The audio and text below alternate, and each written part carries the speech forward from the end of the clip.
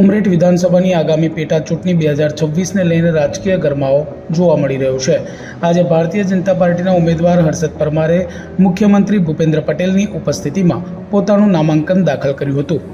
આ પૂર્વે વિશાળ જનસભાનું આયોજન કરવામાં આવ્યું હતું અને રેલી પણ કાઢવામાં આવી હતી। ગોવિંદભાઈ પરમારના વારસાને આગળ ધપાવવાની નેમ સાથે સભાને સંબોધતા મુખ્યમંત્રી ભૂપેન્દ્ર પટેલે ગોવિંદભાઈ પરમારને શ્રદ્ધાંજલિ અર્પણ કરી હતી। આ કાર્યક્રમમાં પૂર્વ ગૃહમંત્રી પ્રદીપસિંહ જાડેજા, મંત્રી રમણસિંહ સોલંકી, રાજ્ય કક્ષાના મંત્રી કમલેશભાઈ પટેલ, સંજયસિંહ મહેડા સહિત આણંદ જિલ્લાના તમામ ધારાસભ્યો અને સંગઠનના હોદ્દેદારો ઉપસ્થિત રહ્યા હતા।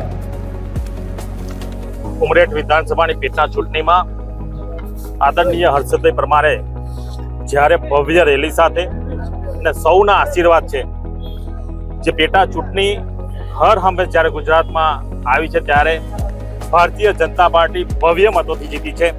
હું આપ સૌને એક વિશ્વાસ અપાવીશ કે આ ઐતિહાસિક જીત હશે અને ખૂબ સારા મતોથી હર્ષદભાઈ જીતશે।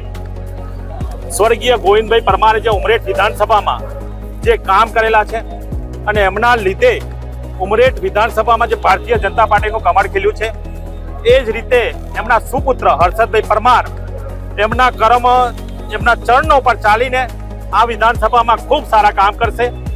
અને આપ સૌ જાણો છો કે જ્યારે આદરણીય પ્રધાનમંત્રી નરેન્દ્રભાઈ મોદી સાહેબે 11 વર્ષથી ભારત દેશનું નેતૃત્વ સંભાળ્યા પછી 140 કરોડ જનતાની જે સેવા કરી છે એ જ રીતે આદરણીય મુખ્યમંત્રી આદરણીય ભૂપેન્દ્રભાઈ પટેલ સાહેબે પણ ગુજરાતને ખૂબ સારું નેતૃત્વ આપ્યું છે। અને આજે જ્યારે મુખ્યમંત્રી આના પેટા ચૂંટણીનું ફોર્મ નામાંકન ભરવા માટે આવતા હોય ત્યારે સૌ ભારતીય જનતા પાર્ટીના કાર્યકર્તા હોય, મતદાતા હોય, ઉમરેઠ વિધાનસભાના હર્ષદભાઈને ખૂબ સારા સાથ સહકાર અને આશીર્વાદ આપ્યા છે। ત્યારે હું આપણને સૌને કહું છું કે ભવ્યથી ભવ્ય મતો અને ઐતિહાસિક જીત હર્ષદભાઈને મળવાની છે। અને સૌ મતદાતાઓને પણ વિનંતી કરીશ કે આપ સૌ કમળને મત આપી અને ભવ્ય મતોથી જીતાડો। રહ્યા હતા અને ખૂબ મોટી સંખ્યામાં ભારતીય જનતા પાર્ટીના સૌ આગેવાનો, સૌ કાર્યકર્તાઓ અને આ ઉમરેઠ વિધાનસભાના સૌ લોકો જ્યારે ઉપસ્થિત રહ્યા છે ત્યારે આ ચૂંટણીમાં ભારતીય જનતા પાર્ટીનો વિજય નિશ્ચિત છે।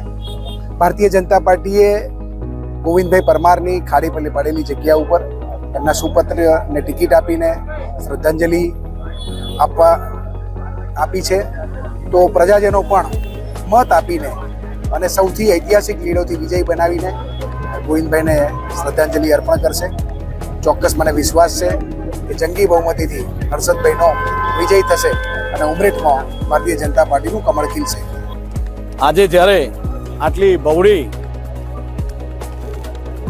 સંખ્યામાં જ્યારે ઉમરેઠ વિધાનસભા મત વિસ્તારમાંથી પ્રજાજનોએ મને જ્યારે આશીર્વાદ આપ્યા છે તો આપ સૌને વાત જણાવવા માગું છું કે આ આશીર્વાદ એક મત સ્વરૂપે છે અને અમારી જીત એ નિશ્ચિત આપ સૌને દેખાઈ જ રહી હશે।